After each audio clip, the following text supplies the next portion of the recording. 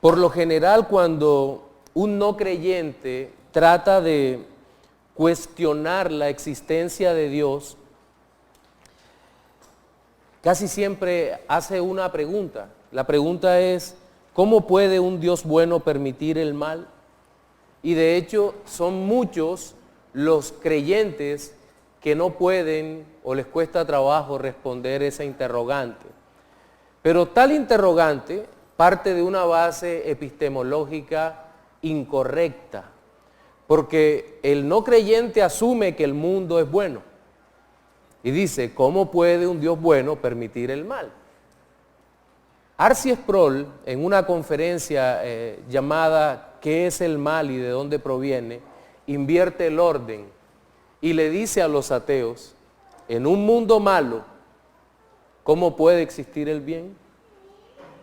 Tal bien solo es justificable por la existencia de un Dios bueno en medio de un mundo malo, como nosotros sabemos que es el mundo por lo que declara la Escritura. Ahora bien, este postulado que acabo de presentar también nos sirve para enfocarnos en que los juicios que caen sobre la humanidad malvada y su evidente condenación es totalmente justo. Y para ser salvado de en medio de tan grande mal, dependemos total y enteramente de la bendita gracia del Señor.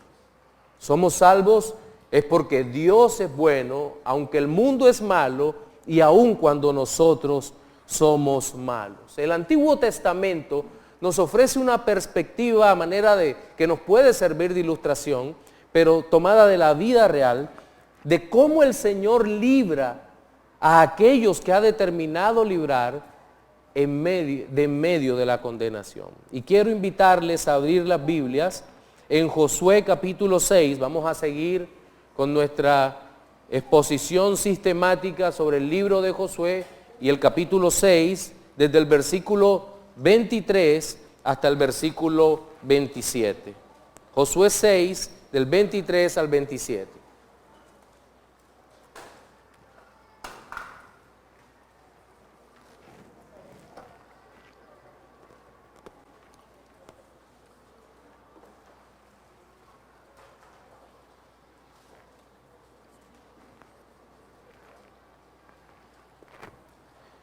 Dice, y los espías entraron y sacaron a Rahab, a su padre, a su madre, a sus hermanos, y todo lo que era suyo. Y también sacaron a toda su parentela y los pusieron fuera del campamento de Israel. Y consumieron con fuego la ciudad y todo lo que en ella había. Solamente pusieron en el tesoro de la casa de Jehová la plata y el oro, y los utensilios de bronce y de hierro. Mas Josué salvó la vida de Rahab la ramera y a la casa de su padre y a todo lo que ella tenía, y habitó ella entre los israelitas hasta hoy, por cuanto escondió a los mensajeros que Josué había enviado a reconocer a Jericó. En aquel tiempo hizo Josué un juramento diciendo, maldito delante de Jehová el hombre que se levantare y reedificare esta ciudad de Jericó. Sobre su primogénito eche los cimientos de ella, y sobre su hijo menor asiente sus puertas. Estaba pues Jehová con Josué, y su nombre se divulgó por toda la tierra. Pueden sentarse. El texto que acabamos de leer nos ofrece la parte final del relato de la toma de la ciudad de Jericó, y hasta ahora habíamos visto cómo el Señor derribó los muros de aquella ciudad y consagró a la destrucción la mayoría de sus habitantes. Solamente Rahab y su familia fueron salvados de aquella gran destrucción. Ahora bien, el texto que acabamos de leer lo podemos dividir en dos verdades básicas o en dos grupos básicos, en donde el primero de ellos, versículo 23 y versículo 25, nos expresa el rescate o redención de una familia escogida por Dios, en cabeza de Rahab. Y el segundo nos presenta la destrucción de la ciudad impenitente, y finalmente, al cierre del pasaje nos habla sobre el propósito del liderazgo. Pero hay dos grupos básicos. En resumen, vamos a hablar hoy sobre tres aspectos fundamentales que tienen que ver con condenación, salvación y propósito del liderazgo, tanto en la condenación como en la salvación. Pero quiero advertir algo, no voy a exponerlo de manera lineal como acostumbro a hacerlo, sino que vamos a invertir un poco el orden, porque las verdades de condenación y redención se encuentran entrelazadas. Y teniendo eso en mente, vamos a nuestro primer punto, que he titulado La condenación inevitable por causa del pecado. Vamos a leer los versículos 24 y luego el 26. Voy a leerlo en la Biblia de las Américas. Usted me puede seguir allí en la versión de Reina Valera que tiene. Dice: y prendieron fuego a la ciudad y a todo lo que en ella había. Solo pusieron en el tesoro de la casa del Señor la plata, el oro y los utensilios de bronce y de hierro. 26. Entonces Josué les hizo un juramento en aquel tiempo diciendo: maldito sea delante del Señor el hombre que se levante y reedifique esta ciudad de Jericó. Con la pérdida de su primogénito echará el cimiento, y con la pérdida de su hijo menor colocará sus puertas. Aquí encontramos en primer lugar un juicio temporal. La guerra contra Jericó y de todos los pueblos que habitaban Canaán debe valorarse desde la perspectiva del juicio de Dios, y no solo como una guerra de conquista. No es que el pueblo de Israel dijo: vamos a conquistar aquello que Dios nos dio, y se llenaron de ánimo. No, aquí hay una perspectiva de juicio para destruir aquello que Dios había declarado anatema, que había consagrado para destrucción. Y la acción de destrucción, naturalmente, iba a ser realizada por el ejército de Israel, que iban a prender fuego a aquella ciudad por mandato divino. Iba a ser consumida al fuego. Es evidente que la Escritura nos enseña que los juicios temporales, como son las catástrofes, las hambrunas, las guerras, todo tiene que ver con el pecado en el mundo. Y todo tiene que ver con los juicios temporales. A veces nosotros a las catástrofes muchas veces les llamamos desastres naturales. Y sí, si hay un maremoto es por el movimiento de una placa tectónica en el mar se recoge, luego viene un tsunami, destruye todo, en fin.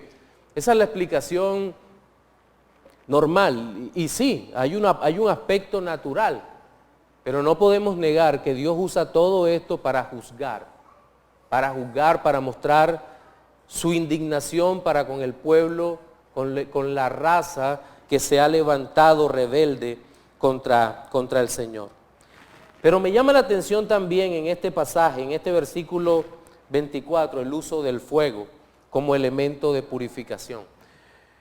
La mayoría de los comentaristas bíblicos, que son en español son pocos, que hablan sobre Antiguo Testamento, por ejemplo, Kelly Desliz, el mismo La Cueva comentando a Matthew Henry, son cuidadosos en decir que esta primera ciudad cayó como una especie de primicias para el Señor, una especie de holocausto, y por esa razón fue sacrificado todo excepto Rahab y su familia. Y el elemento usado fue justamente el fuego. Ahora bien, me llama la atención del fuego que el alcance del fuego es una cosa terrible. Las personas que sobrevivieron a la caída de los muros y a la espada del ejército seguramente estaban escondidos o heridos en las ruinas. Y había alguna posibilidad de que fueran salvos temporalmente. Pero el Señor había ordenado al ejército de Israel que prendiera la ciudad a fuego. Y el fuego es una de las maneras más terribles de morir. El cuerpo, la piel, que es el órgano más grande que tiene el cuerpo humano, se va deteriorando por las llamas y luego colapsan los órganos internos. y puede ser una agonía rápida o lenta, dependiendo de cuán afectados se quede por el fuego. Pero no solo morirían por el fuego, sino asfixiados por el humo. Tal vez una persona donde la temperatura, el fuego, la llama no lo alcanzara, sí podía ser alcanzado por el humo, porque el humo llegará donde el fuego no podía llegar.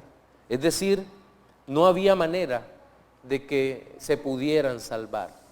Pero ahora quiero que pensemos de manera escatológica en el final de los tiempos. En la segunda carta de Pedro 3:10, voy a leerlo en la nueva versión internacional, dice: pero el día del Señor vendrá como un ladrón. En aquel día los cielos desaparecerán con un estruendo espantoso, los elementos serán destruidos por el fuego y la tierra con todo lo que hay en ella será quemado. Es una gran devastación para todos. Esto es demasiado gráfico. Está diciendo la Escritura que para aquellos que están en el mundo sin Cristo, no hay la más remota posibilidad de salvación. No existe la posibilidad de que estas personas puedan ser salvas. Muchas veces se me han acercado personas a decirme: pastor, ¿usted cree que el dolor que padezcan en el infierno será solo dolor del alma o dolor físico? Miren, una cosa creo que no va alejada de la otra, pero creo que el dolor en el infierno será de las dos. ¿Y por qué lo creo? Porque nuestro Señor Jesucristo, aunque el mayor padecimiento fue del alma, llevando el castigo por nuestro pecado, por el pecado del pueblo, también padeció físicamente. De tal suerte que cada uno de nosotros debemos entender que el castigo eterno tiene esa doble dimensión, es totalmente integral, afectará tanto el cuerpo como el alma. Pero no solo eso, en este juicio temporal también ilustra que no hay posibilidad alguna de restauración luego de ese juicio. Versículo 26 dice: en aquel tiempo hizo Josué un juramento diciendo: maldito delante de Jehová el hombre que se levantare y reedificare esta ciudad de Jericó, sobre su primogénito eche los cimientos de ella, y sobre su hijo menor asiente sus puertas. Miren, no hay, y en ese tiempo no había y no habrá posibilidad de restauración para aquel que ha sido rechazado por el Señor. No puede. Dios es inmutable. Eso lo sabemos cuando empezamos a estudiar los atributos del Dios Todopoderoso. Y nos alegra cuando entendemos que es inmutable en su gracia, amor y misericordia al salvarnos, pero debe aterrorizarnos que también es inmutable en su ira, en su indignación, en su justicia y santidad. El hombre sin Cristo no puede entender que la condenación es eterna e inmutable. Cuando el impío contempla el infierno, por lo general cree que es injusto porque ve almas que padecen en la más mísera de las condiciones, pero olvida que aquel que está padeciendo o aquellos que están padeciendo en las llamas han ofendido a quien es santo, santo, santo, bueno, justo y maravilloso. Pero también olvida que todo aquel que está en el infierno está recibiendo y recibirá exactamente todo aquello que ha anhelado durante toda su vida. Es decir, una vida sin Dios. Ahora bien, los hombres rechazan el infierno, la idea, la condenación, aún los juicios temporales, porque creen que pueden ser mejores que Dios. ¿Cómo un Dios bueno puede permitir un infierno? Y asocian la idea de infierno a mal, mas no la idea de infierno a justicia. Dios es glorificado también en medio de la condenación de los impíos. Y aquí quiero hacer una primera aplicación y un primer llamado Y es para todos aquellos que están sin Cristo en el mundo y que están escuchando esta palabra. La condenación no es solo el ardor físico. La condenación, el estar sin Cristo, eternamente sin Cristo, es la peor de las miserias. Y es una realidad a la que te puedes enfrentar a menos que corras a los pies de Cristo y que en el día final, cuando te tengas que presentar ante el tribunal de Él, te presentes cubierto por Él, vestido de Cristo, y solo así, solo de esa manera podrás ser verdaderamente salvo. Pero no quiero dejarlos en esta parte tan terrible y verdadera que es la condenación, sino que quiero presentar la hermosa noticia que tiene que ver con el segundo grupo de personas, los salvados. Y eso es parte de nuestro segundo aspecto de hoy, que vamos a llamarle la poderosa salvación dada por el Señor. Versículos 23 y 25. Dice, y los espías entraron y sacaron a Rahab, a su padre, a su madre, a sus hermanos y todo lo que era suyo, y también sacaron a toda su parentela y los pusieron fuera del campamento de Israel. Disculpen.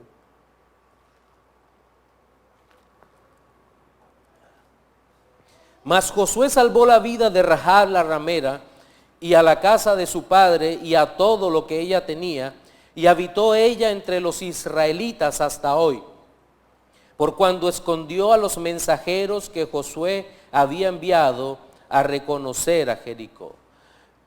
La salvación que Dios había decretado sobre Rahab y su familia inexorablemente ocurriría.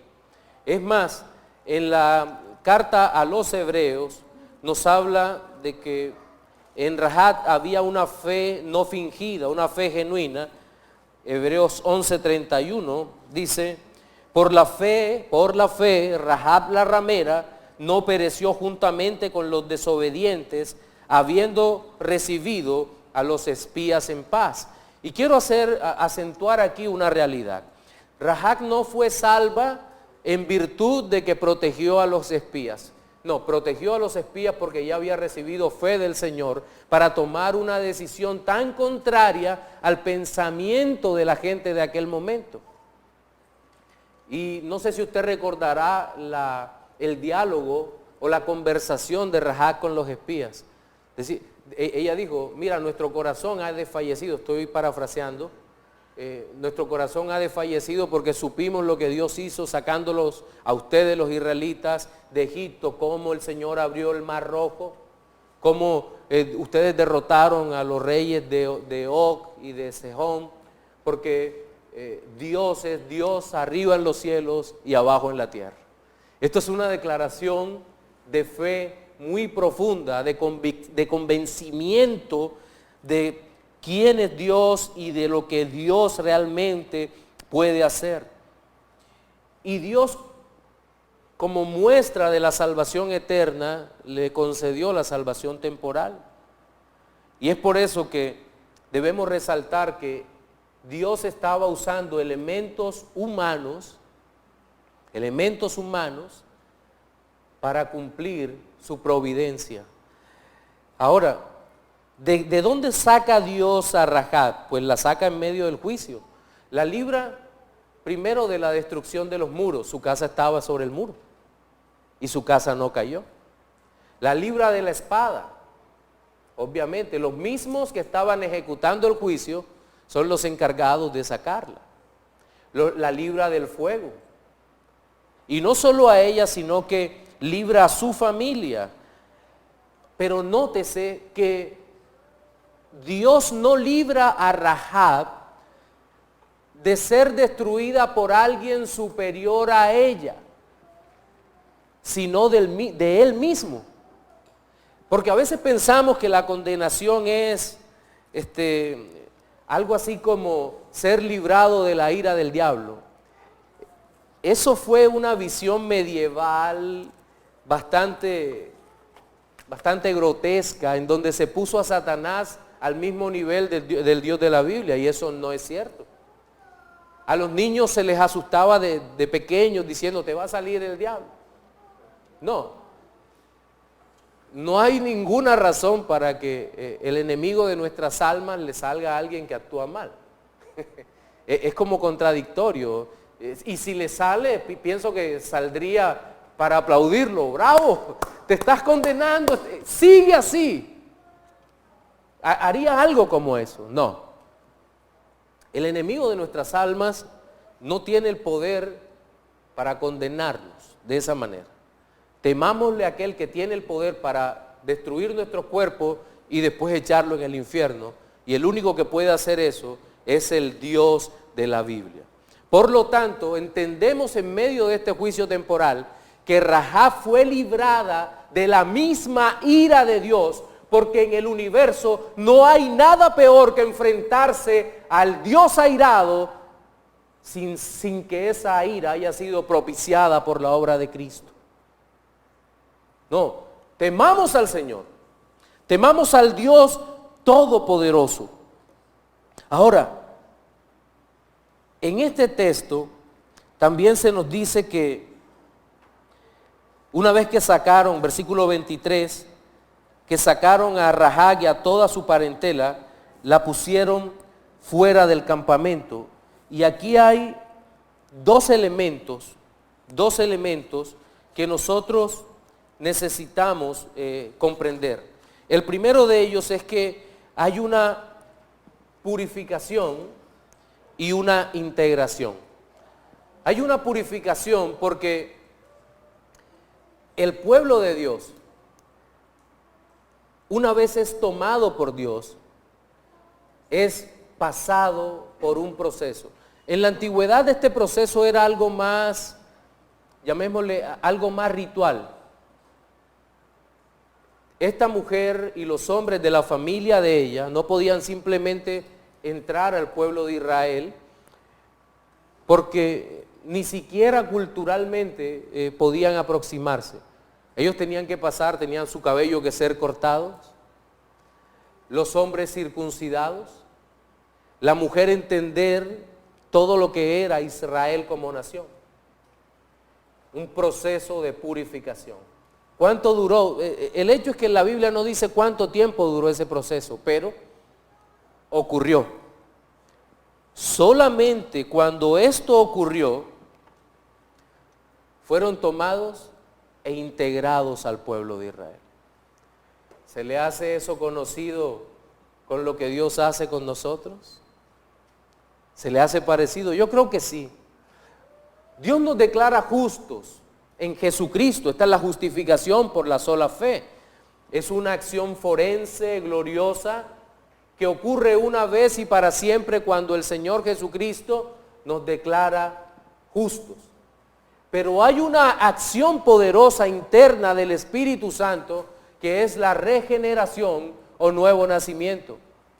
El Señor Dios Todopoderoso toma nuestra alma y cambia todo lo que somos, nuestra manera de pensar, nuestra manera de sentir, de vivir. Y luego, si somos, aunque esto suceda hoy de manera simultánea, somos integrados al cuerpo de Cristo. Pero hay una verdad también que es a futuro. Estamos siendo purificados, estamos siendo santificados por el poder del Espíritu Santo para un día todos los santos, los que ya partieron con el Señor, los que estamos ahora, los que vendrán después de nosotros, nos encontremos en un solo pueblo para no morir jamás y estar para siempre en la presencia de nuestro Señor. Josué salvó la vida de Rahab la ramera y la casa de su padre y a todo lo que ella tenía, y habitó ella entre los israelitas hasta hoy. Habitó. Y me llama mucho la atención de que el escritor pusiera hasta hoy, es decir, hasta el momento que él estaba escribiendo el libro. Pero resulta extraño, providencial y gloriosamente extraño, que lo que leemos hoy el texto tenga una aplicación tan actual para nosotros. Es como si esta mujer nunca hubiera muerto, como si los santos de aquel tiempo nunca hubieran muerto, y cada vez que leemos esto, diga, habitó entre ellos hasta hoy. Mi hermano, un día habrá una nueva página gloriosa escrita con tu nombre y el tuyo que has creído en Cristo, y cuando lo lean en la eternidad, dirá, y este hombre y esta mujer fue salvado y habita con los santos hasta hoy, eternamente y para siempre hasta hoy. ¿Por qué? Porque así lo ha decretado nuestro bendito y santo Salvador. Una integración total de su pueblo. Wow. Trato de imaginarme el cielo, un tal Jonathan Edwards caminando por ahí y Vincent con la boca abierta. Yo le pregunto, wow, conociendo a cada uno de estos santos, pero lo mejor, conociendo a nuestro Señor y Salvador Jesucristo, cara a cara, cara a cara. ¿Usted se imagina nosotros estando atontados escuchando a Pablo y de pronto una mano te toca y tú dices, espérate que estoy escuchando a Pablo, y te das vuelta y es el Señor? Creo que nos sorprenderá la eternidad más y más y más, porque cosas que ojo no vio, ni oído oyó, ni han subido al corazón del hombre, son las que Dios ha preparado para los que le aman. Ahora, hay un aspecto final de este sermón que quiero tocar, y es el respaldo de Dios a sus líderes para salvación. Y solo he tomado el versículo 27, aunque debo regresar eventualmente a otros pasajes. Dice, estaba pues Jehová con Josué, y su nombre se divulgó por toda la tierra. Creo que se refiere al nombre de Josué, el nombre del Señor es bendito por siempre, pero creo que gramaticalmente concuerda es la palabra Josué con divulgar por toda la tierra. Pero lo que vemos acá es que el Señor respalda el liderazgo y el éxito de la vida de Josué se debió en su totalidad a que Dios estaba con él, y no debemos confundir el éxito y el respaldo con que Dios quería hacer que Josué tuviera una mejor vida ahora. No es una mejor vida ahora basada en levantar la autoestima de Josué, porque el Señor quiso complacer a Josué que le presentó un plan, algo así como, ¿sabes qué, Dios? Yo quiero vivir en Canaán porque es muy bonita y mira las palmeras y mira todo. Mi deseo, yo confieso que quiero vivir en Canaán. Nada de eso estaba ocurriendo. No tenía nada que ver con la realidad de Dios. Sí, los sueños son importantes, pero si estos sueños no son dentro de la voluntad de Dios, no tienen ningún valor, no sirven. Lastimosamente el corazón de nosotros, que sigue siendo engañoso y perverso más que cualquier cosa, casi siempre se enreda en esto, y el liderazgo se ve como algo que está por fuera de los propósitos de Dios. El liderazgo bíblico, el liderazgo verdadero. ¿Por qué el Señor estaba exaltando a Josué? Simple y llanamente porque estaba cumpliendo los propósitos de Dios. Dios no bendice ninguna obra de liderazgo por fuera de sus propósitos. Eso no ocurrirá. Dios respalda a quienes están dispuestos a negarse a sí mismos, a seguir al Señor, aunque esto implique dejar de lado su propia realización personal. O mejor, quienes entienden que la verdadera realización personal está en cumplir la voluntad del Dios Todopoderoso. Solamente el hombre es realizado en Cristo. No hay otra manera de tener realización, de otra manera, de tener gozo eterno incluso gozo hoy. ¿Cuál es el propósito del liderazgo? Creo que debemos insistir en que el propósito del liderazgo que vemos en la Biblia está encaminado a llevar el pueblo de Dios a sujetarse y a hacer la voluntad del Rey, a llamar un pueblo a crecer en el conocimiento de Cristo, a madurar, a vencer los deseos de popularidad y a entender que somos instrumentos de la gloria de Dios. Pero a diferencia de los instrumentos, nosotros nos gozamos en el Señor, en lo que estamos haciendo. Porque no hay nada más deleitoso para el hombre que hacer la voluntad de Dios, la cual es agradable y perfecta. Miremos nuevamente el liderazgo de Josué y un poco más atrás el de Moisés. El liderazgo de Moisés lo hemos visto muchas veces. Moisés pasó 40 años como príncipe de Egipto, luego 40 años en la soledad del desierto, en donde entendió, no solo creyó, entendió que no era nada. Alguno podrá decir que poca autoestima. No, entendió que no era nada, incluso llegó a conformarse con eso. ¿Sabe cuándo despertó Moisés? El día que aquel arbusto empezó a arder delante de él y se asomó para ver qué era. Y a partir de ese momento, cuando Dios habló, entendió el propósito central de su vida. Josué es algo similar, aunque tenemos menos información. Vemos la importancia de este hombre, cómo estuvo sujeto al Señor, cómo fue tomado por Dios para cumplir su bendita voluntad. Ahora bien, un líder podía y puede ser llamado por Dios para cumplir tareas que a la luz de nuestros propios ojos pueden parecer contrarias. Josué fue llamado para destruir, ¿verdad? Fue llamado para destruir. Pero también fue llamado para salvar. Ahora bien, seguramente alguno estará diciendo, pastor, ¿nosotros podemos ser llamados para destruir hoy en día y barrer a un pueblo? No. La guerra tiene límites hoy en día. Tiene límites de lo que puede hacer y digamos que hay una gloriosa discontinuidad de la destrucción a partir del nuevo pacto.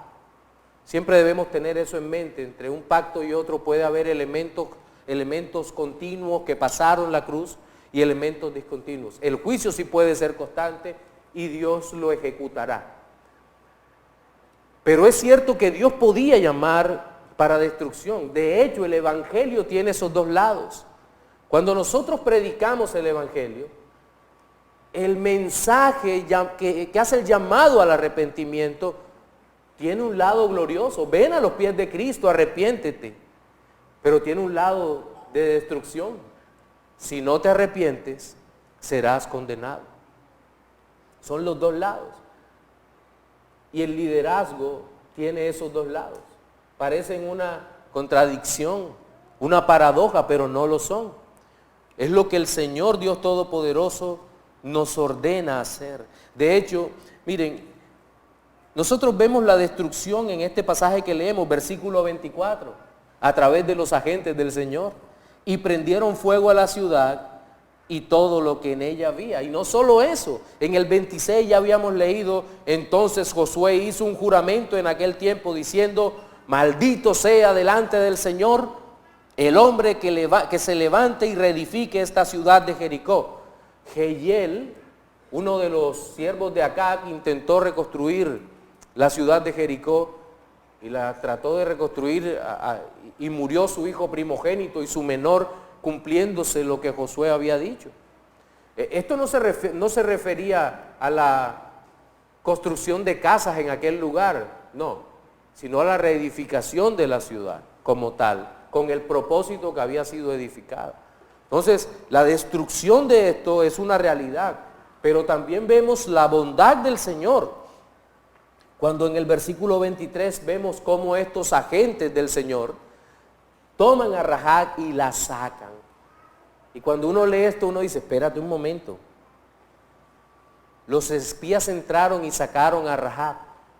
No creo que hayan hecho algo muy sutil y que Rahab se haya puesto a maquillarse en ese momento. Espérate un momento que no estoy bien presentada. No, esto fue algo urgente. Creo que es el llamado a la salvación es un llamado urgente. Entraron y lo sacaron a toda prisa. Salgan. Aquí no hay tiempo de más nada. Serán acabados los que estén con vidas y luego la ciudad será prendida a fuego. Vengan, corran, huyan de este lugar. Nosotros, mis hermanos, estamos llamados a ver esto, la bondad y la severidad del Señor. No nos sorprenda que los mismos ángeles que recojan a los santos para llevarlos con el Señor en el tiempo del fin, sean los encargados de una destrucción tan grande. Creo que es necesario una última aplicación en este punto. Y es lo que no podemos ver de la salvación. Muchos cuando ven a Cristo pintado a lo vivo, predicado, lo único que ven es una imagen de debilidad de aquel que murió en la cruz. Y es una imagen totalmente falsa, porque esto es una imagen poderosa. La imagen de Cristo en la cruz es una imagen de salvación para todo aquel que cree. Es una imagen de vida eterna para todo el que cree, pero es también una imagen de destrucción para el que no cree. La imagen de Cristo es la de aquel que venció la muerte con poder, como dice el himno. De aquel que vino a la tierra caminando y anunciando el reino de los cielos, que era él mismo, diciendo, arrepentíos porque el reino de los cielos se ha acercado. Y es nuestro Señor Jesucristo quien libra a su pueblo de la terrible condenación de su propia ira. En nuestro sermón dominical de hoy vimos 3 aspectos relacionados con la salvación de la inminente condenación. Fueron ellos: el primero, la condenación inevitable por causa del pecado; el segundo, la poderosa salvación dada por el Señor; y el tercero, el respaldo de Dios a sus líderes para salvación. Quiero cerrar con las reflexiones finales. Para los no creyentes, amigo, hay una realidad visible a través de toda la Escritura, y es la de la condenación. Si estás sin Cristo, no habrá escape posible para ti, para tu alma. El llamado que te hacemos desde el fondo de nuestro corazón es: corre a los pies de Cristo, arrepiéntete, ven a Él, suplica por tu alma para que Él te conceda arrepentimiento y fe.